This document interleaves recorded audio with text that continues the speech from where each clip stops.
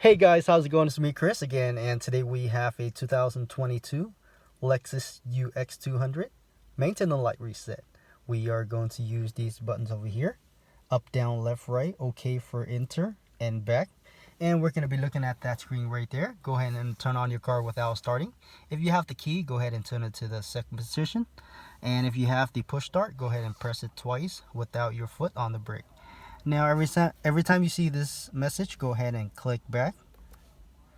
As you can see, oil maintenance required. Now go ahead and scroll right until you find this page, which is and go ahead and scroll up or down all the way until you find vehicle setting.